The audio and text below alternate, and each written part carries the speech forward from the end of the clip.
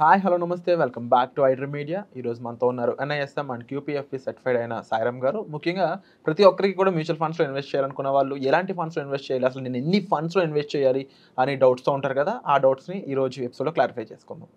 Hi sir. Hi Virat. Sairam గారు, previous ఎపిసోడ్లో మీరు మ్యూచువల్ ఫండ్స్ గురించి మాట్లాడుతూ 45 ఏఎంసీ కంపెనీస్ విరాట్, అందులో కూడా 6 కేటగిరీస్లో ఉంటూ ఉంటాయి. అంటే ఓవరాల్గా 200+ ఫండ్సే మనకి అవుట్పుట్ అయితే కనిపిస్తూ ఉంది. బట్ నిజానికి ఒక పర్సన్కి అసలు ఎన్ని ఫండ్స్ అనేవి సరిపోతాయి కంప్లీట్గా వాళ్ళ ఫైనాన్స్ని ప్లాన్ చేసుకోవాలంటే?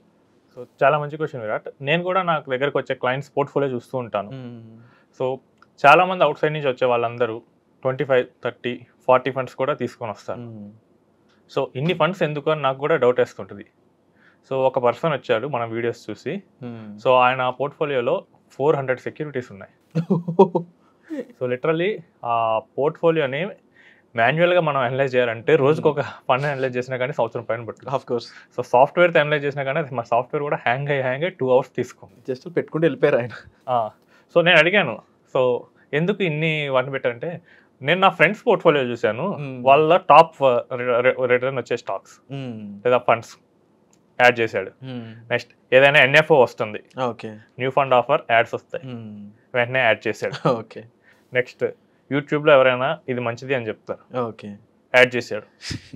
చివరికి ఏమయ్యారంటే ఫండ్స్లో ఇన్ని ఫండ్స్లో ఇన్వెస్ట్ చేయడం వల్ల ఆయన ఇన్వెస్టర్గా అవ్వలేదు, కలెక్టర్ అయిపోయాడు. Funds collector. ఈ ఫండ్ ఇక్కడ ఉంది అన్నాడు.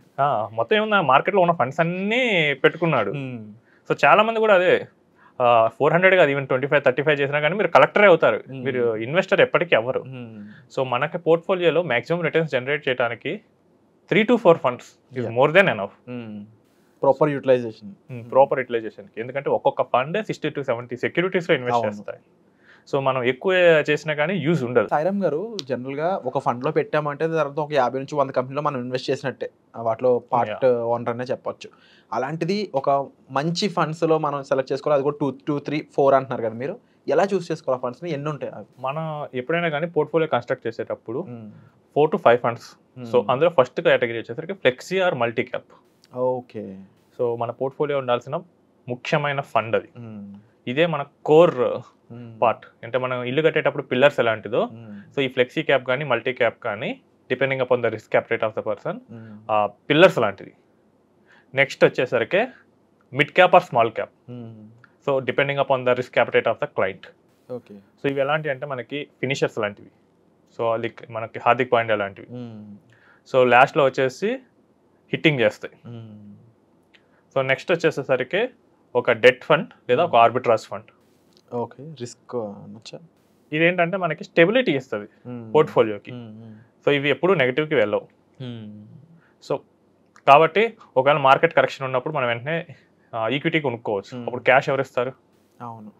సో అదే మనం డెట్ పెట్టుకుంటే కనుక మనకి స్టెబిలిటీ వస్తుంది, మనకి మార్కెట్ కరెక్షన్స్లో మనం ఎక్కడి నుంచి తీసేసి వెంటనే ఇన్వెస్ట్ చేయొచ్చు. ఓకే. జనరల్గా సార్ ఇంకో చిన్న డౌట్ ఇక్కడ నాకు ఏంటంటే, నేను ప్రీవియస్ ఇన్వెస్టర్స్ కానీ నేను ఎక్కువ చూస్తున్న న్యూస్లో కానీ వినేది, సెక్టార్ కానీ లేకపోతే ఇలా థిమాటిక్ ఫండ్స్ అనేవి ఒక టైంలో హాట్ ఉన్నంత వరకు సేఫే, బట్ ఒక్కసారి అవి పడ్డం మొదలు పెడితే కొంచెం రిస్కీ అనేది విన్నాను. ఇది ఎంతవరకు నిజం?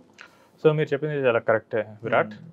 సో ఈ సెక్టార్ ఫండ్స్ లేదా థిమాటిక్ ఫండ్స్ ఆ థీమ్ రన్ అవుతున్న వరకు అసలు ఏ కేటగిరీ కూడా వాటిని బీట్ చేయలేదు. అవును. కోవిడ్ అప్పుడు pharma category, health care sector, తర్వాత ఇప్పుడు ఐటీ రన్ అవుతుంది, ఫిన్టెక్ రన్ అవుతుంది.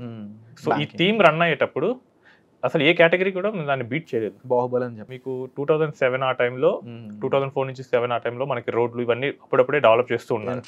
సో అప్పుడు ఇన్ఫ్రా రన్ అయింది. కానీ ఇన్ఫ్రా 2008 ఆ టైంలో గ్లోబల్ రిసెషన్ ముందు ఎండ్ అయిపోయింది. ఓకే. సో మనం కరెక్ట్గా చూసుకోకుండా ఇన్ఫ్రా బాగా వచ్చేసిందని పెట్టేస్తే ఏమయ్యేది?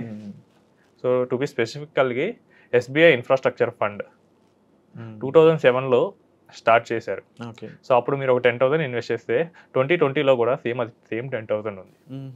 ఇంత రిస్క్ ఉంటుంది. సో మనం కేటగిరీని కరెక్ట్గా అనలైజ్ చేయాలి. ఇది అందరికీ కాదు, ఓన్లీ ఫర్ అడ్వాన్స్డ్ అండర్స్టాండింగ్ ఉన్న ఇన్వెస్టర్స్కి. ఓకే. చాలా ఎక్కువ రిస్క్ తీసుకోవాలి.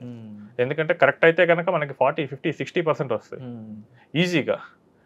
లేదు అంటే కనుక అది ఎప్పటికీ పెరగకుండా ఉంటుంది. సో ఇంకా అది పెరిగిద్దా లేదా అని అనుకుంటారు. సో ఈ సెక్టార్ అండ్ థీమాటిక్స్ ఓన్లీ ఫర్ ఎక్కువ రిస్క్ తీసుకునే వాళ్ళకి. నెక్స్ట్ ఇంత రిస్క్ తీసుకోలేను బట్ కొంచెం మోడరేట్గా ఉండాలనుకునే వాళ్ళకి కాంట్రా లేదా వాల్యూ ఫండ్. ఇదేంటంటే మార్కెట్కి రివర్స్గా వర్క్ అవుతుంది. మార్కెట్ పెరిగేటప్పుడు అందులో ఉన్న ఫండ్స్ పెరగవు. ఎప్పుడైతే మార్కెట్ రివర్స్ అవుతుందో ఆ ఫండ్స్ పెరుగుతాయి. సో ఈ 5 కేటగిరీస్ ఉంటే సరిపోతుంది. ఇంతకు మించి మనం ఏ కేటగిరీని యాడ్ చేస్తున్నా దానివల్ల వచ్చే యూజ్ ఏంటో తెలుసుకోవాలి. సో ఆల్రెడీ మనం పెట్టిన ఈ 5 వాటిల్లోనే దాదాపు ఎంటైర్ మార్కెట్ ఉంటుంది. సో అంతకు మించి మనం ఏ ఫండ్ పెట్టినా మనకు యూజ్ ఉండదు. సాయిరామ్ గారు, అంటే గోల్డ్ ఇలాంటి వాటిలో డైవర్సిఫికేషన్ కోసం మనం ఇన్వెస్ట్ చేయాల్సి ఉంటుంది కదా, మరి దానికి సంబంధించి మీరు ఇంకా ఇందులో ఇన్వాల్వ్ చేయలేదు ఎటువంటి మ్యాటర్? విరాట్, మన తెలుగు స్టేట్స్లో వచ్చే వాళ్ళకి చాలా మందికి ఆల్రెడీ మంచిగా రియల్ ఎస్టేట్స్లో పెట్టుబడులు ఉంటాయి. అవును. గోల్డ్ కూడా ఆర్నమెంట్స్ రూపంలో బాగానే కొనుక్కొని ఉంటారు. సో అవన్నీ వాళ్ళకి ఫిజికల్ ఫామ్లో ఉన్నాయి. అవును. ఇప్పుడు నేను తీసుకొచ్చి ఫైనాన్షియల్ ఫామ్లో యాడ్ చేయాలి. సో దానివల్ల నాకు ఏమవుతుంది? సో ఇప్పుడు నేను ఒక రీట్ని, మైండ్ స్పేస్ రీట్ని యాడ్ చేసుకుందాం అనుకుందాం. ఓకే. సో ఆల్రెడీ ఒక 10 ఎకరాల పొలం ఉన్న వ్యక్తి మళ్ళీ రియల్ ఎస్టేట్లో పెట్టాడు. సో ఇప్పుడు మన దగ్గర కరెక్ట్గా మనం నెట్వర్క్ అనాలిసిస్ చేస్తే కనుక 80 to 90% వీటిల్లోనే ఉంటుంది, రియల్ ఎస్టేట్, గోల్డ్ లేదా ఎఫ్టీస్. సో మళ్ళీ మనం తీసుకొచ్చేసి వాటిని యాడ్ చేస్తే ఆ సెక్టర్ కాన్సన్ట్రేషన్ పెరిగినది. సో మళ్ళీ మనకి డైవర్సిఫికేషన్ కోసం, మీరు చెప్పిన డైవర్సిఫికేషన్ కోసం యాడ్ చేస్తాం, బట్ అది కాన్సన్ట్రేషన్ అవుతుంది. సో మనకు కనుక పోర్ట్ఫోలియోలో ఫిజికల్ ఫామ్లో లేకపోతే కనుక అప్పుడు యాడ్ చేసుకోవచ్చు. ఓకే. కానీ చాలా మందికి ఫిజికల్ ఫామ్లో గోల్డ్ ఉంటుంది. మోస్ట్ ఆఫ్ ది ఇండియన్స్కి అయితే ఉంటుంది, 100% గోల్డ్ ఉంటుంది. మన తెలుగు స్టేట్స్ వాళ్ళకి రియల్ ఎస్టేట్ చాలా ఎక్కువ ఉంటుంది. సో అందుకని వాటిని అవాయిడ్ చేయడం బెటర్. అలాగే సాయిరామ్ గారు, మరి మ్యూచువల్ ఫండ్స్ అనగానే మనకి ఇంటర్నేషనల్గా కూడా ఫండ్స్ ఉంటూ ఉంటాయి కదా, వాటిలో ఇన్వెస్ట్మెంట్ పరిస్థితి ఏంటి? సో ఇంటర్నేషనల్ ఫండ్స్ మనకి చాలా ఉన్నాయి Virat. So US Nasdaq funds ఉన్నాయి, చైనా ఫండ్స్ ఉన్నాయి. సో ఓన్లీ చైనా మార్కెట్లో ఇన్వెస్ట్ చేస్తాయి. తైవాన్ ఫండ్స్ ఉన్నాయి, జపనీస్ ఫండ్స్ ఉన్నాయి. ఓకే. సో ఒక్కొక్క కంట్రీలో ఒక్కొక్క స్పెసిఫిక్ ఫండ్స్ ఉన్నాయి. సో మేజర్గా నా సజెషన్ ఏంటంటే ఈ ఇంటర్నేషనల్ ఈక్విటీ అనేది, సో ఎవరికైతే ఇంటర్నేషనల్ ఎక్స్పోజర్ కావాలి, నా పోర్ట్ఫోలియో అని కొంచెం అడ్వాన్స్డ్ లెవెల్కి వెళ్ళిన వాళ్ళకైతే యూజ్ అవుతుంది. సో స్టార్టర్స్కి అవాయిడ్ చేయడమే బెటర్. ఓకే. సో పోర్ట్ఫోలియో ఎప్పుడైతే 50-60 lakhs అలా వెళ్తుందో, సో అప్పుడు డైవర్సిఫికేషన్ కోసం మనం ఇంటర్నేషనల్ మార్కెట్స్కి వెళ్ళొచ్చు. ఈ ఇంటర్నేషనల్ మార్కెట్స్లో కూడా యుఎస్ మార్కెట్కి వెళ్తే సరిపోతుంది. ఎందుకంటే మనకి యుఎస్ కంపెనీస్, అమెజాన్ ఇండియాలో ఉంది. అవును. అమెజాన్ నెక్స్ట్ జపాన్లో కూడా ఉంటుంది. So next Google, multinational companies, ఈ ఫ్యాంగ్ కంపెనీస్ ఉన్నాయి. So Facebook, Amazon, Netflix, Google. So వీటిలో ఇన్వెస్ట్ చేసినా కానీ అవి అక్రాస్ గ్లోబ్లో ఉంటాయి కాబట్టి సరిపోతుంది. అంటే ఒక యుఎస్ మార్కెట్లో వెళ్తేనే మనకి దాదాపు గ్లోబల్ వాటిలోకి షేర్ తీసుకున్నట్లే. మనం డైరెక్ట్గా ఫారెన్ ఈక్విటీస్లో ఇన్వెస్ట్ చేయాలంటే చాలా రూల్స్ని ఎదుర్కోవాల్సి వస్తుంది. ఫస్ట్ ఆర్బీఐ రిస్ట్రిక్షన్స్ ఉంటాయి, నెక్స్ట్ వాళ్ళ సెంట్రల్ బ్యాంక్ రిస్ట్రిక్షన్స్ ఉంటాయి, నెక్స్ట్ అక్కడ ఉండే స్టాక్ మార్కెట్ రిస్ట్రిక్షన్స్ అన్నీ ఉంటాయి. నెక్స్ట్ మనకు ఆర్బీఐ లిబరలైజేషన్ స్కీమ్ ప్రకారం మనం $2.5 lakh వరకు మనం పెట్టచ్చు. అండ్ రిప్రాట్రియేషన్లో కూడా మనకి ఎక్కువ ట్యాక్సే వేస్తుంటారు. మనకి ఇన్ని హర్డిల్స్ ఉంటాయి. ఇన్వెస్ట్ చేయగలను అంటే కనుక మనం చేయొచ్చు. మరి దీనికి ఈజీ రూట్ అంటూ ఏదైనా ఉంది? మనకి మ్యూచువల్ ఫండ్స్ రూపీస్లో తీసుకొని అక్కడ డాలర్స్లో ఇన్వెస్ట్ చేస్తూ ఉంటారు. ఓకే. మీరు డైరెక్ట్గా చేయాలంటే కనుక మీరు డాలర్గా కన్వర్ట్ చేసుకొని మీరు అక్కడ ఒక డిమాట్ అకౌంట్కి తీసుకొని అక్కడ ఇన్వెస్ట్ చేయాల్సి వస్తుంది. Long procedure. Yeah. And tax complaints కూడా పాటించాలి. సో అదే మీరు ఒక మ్యూచువల్ ఫండ్ రౌట్కి వెళ్తే కనుక, సో మ్యూచువల్ ఫండ్లో మీరు రూపీస్లో ఇన్వెస్ట్ చేస్తారు. అండ్ మనకి అక్కడ డాలర్స్లో వాళ్ళు తిరిగి మార్చుకొని ఇన్వెస్ట్ చేస్తారు. అండ్ ఆ డాలర్ రిటర్న్ అక్కడ వచ్చేస్తుంది. మళ్ళీ రివర్స్ మనకి రూపీస్లో ఇస్తారు. మనం ఎక్స్చేంజ్ కంప్లీట్గా త్రూ యాపే అవుతూ ఉంటుంది. మొత్తం మ్యూచువల్ ఫండ్ కంపెనీ చేసేస్తుంది. మీరు జస్ట్ నార్మల్ మ్యూచువల్ ఫండ్ లాగా మీరు ఇన్వెస్ట్ చేసేస్తారు. ఒక 1 lakh ఇన్వెస్ట్ చేశారు, ఆ 1 lakh ఈక్వలెంట్ మనీని వాళ్ళు నాస్డాక్ అయితే డాలర్లో అక్కడ తీసుకెళ్ళి అక్కడ వాళ్ళు ఇన్వెస్ట్ చేసేస్తారు. సో మళ్ళీ రివర్స్ డాలర్ పెరిగినప్పుడు, పోర్ట్ఫోలియో పెరిగినప్పుడు వాటిని సెల్ చేసేసి మనకు కావాలనుకుంటే మనం రివర్స్లో తీసుకోవాలి. సాయిరామ్ గారు, మీరు ఇప్పుడు ప్రీవియస్ ఎపిసోడ్లో చూసుకున్నా, ఈ ఎపిసోడ్లో చూసుకున్నా, చాలా different personalities, different types of investments గురించి మాట్లాడుతూ ఉన్నారు కదా.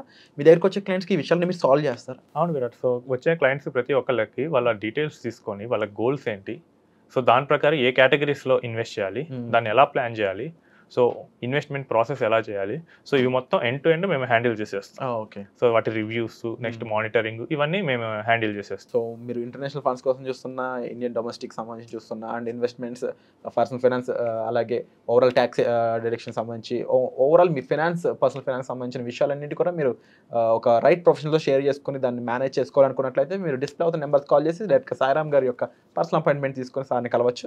సో వచ్చే ఎపిసోడ్లో మళ్ళీ కలుద్దాం. మీకు ఎటువంటి డౌట్స్ ఉన్నా సరే కామెంట్ సెక్షన్లో మెన్షన్ చేయండి. Thank you so much sir. Thank you Virat.